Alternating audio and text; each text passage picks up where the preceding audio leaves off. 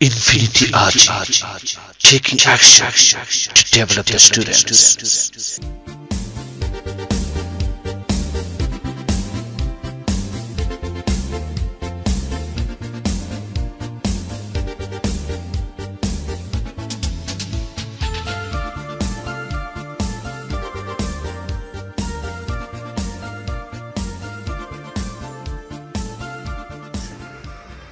Hello guys, good evening, nice to meet you.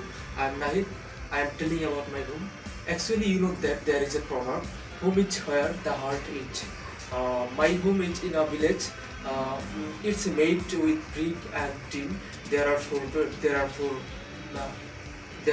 bedroom, one kitchen, one dining, and one passage to fly on.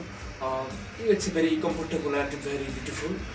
There is a pond in front of my house. It looks very beautiful to look at. Here everybody has separate room. I like my home so much because it provides every necessity for its members, and that's all.